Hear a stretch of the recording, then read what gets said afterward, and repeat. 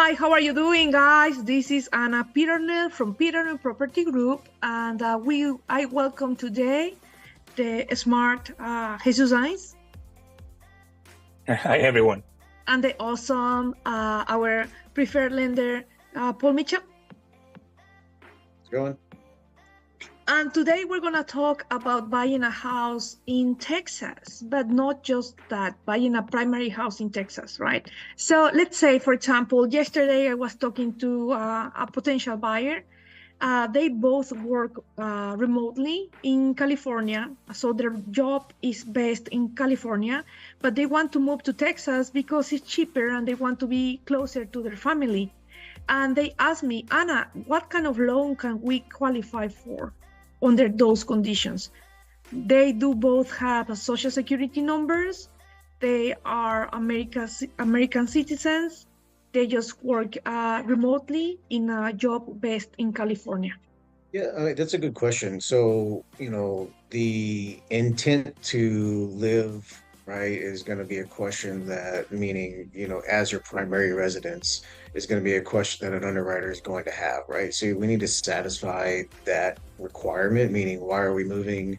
What's the intent, right? But it comes down to, is the income going to be supported when they're no longer living in the place in which they work now, right? So, for instance, if they work remotely, the employer is going to have to give us some indication or a positive indication that, them moving somewhere else is not going to affect their work. And if they work remotely, that shouldn't be an issue.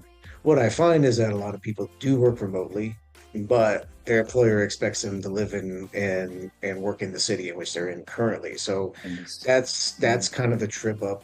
The employer is going to have to verify that they can work and their income is not, basically what it means is their income will not be affected if they move and relocate to a different state or a different city. And that's a standard requirement that's been around for a long time. It's not going to change even though people are working remotely. The employer is going to have to verify that there's not going to be any changes to their income, because that's how we qualify them, right, for the loan. So as long as their income is not going to remain unchanged and their employment will remain unchanged, if they relocate to a different state or city, then we should have no issues closing the loan as a primary residence.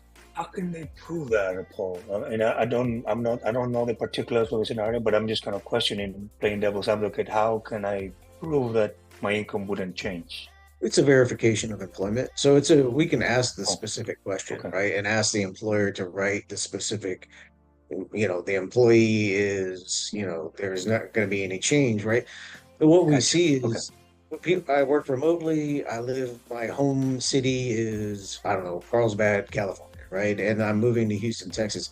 They may have a pay based off of where they live, right? There's different, cost of living, right? Versus one city versus another. So their income, they could say, yeah, sure, no problem. Their employment will continue if they move. But now if they move, their income is going to be less because your salary might be adjusted. Houston might be a cheaper cost of living city than where they're at currently. Those are the type of things that we just need to verify to make sure that there's no changes to buy it as a primary residence. So essentially, as a lender, you just want to verify, coming from the employer, their intent maybe moving somewhere else is just simply the income wouldn't change at all by doing so.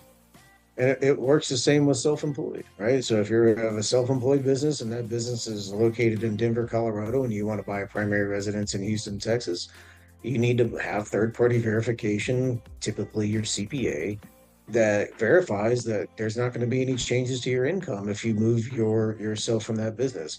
If you have if it's a storefront that you own and you move yourself somewhere else, meaning what if you own a nail salon? Well, yeah, your income is likely going to change when you move from wherever you live now to the new location because you have to establish that business there. So it works the same way for self-employed. It's just a little different verification.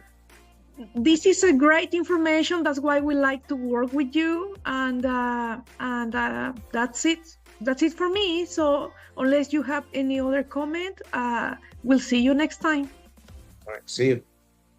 Thank you. Take care, everyone.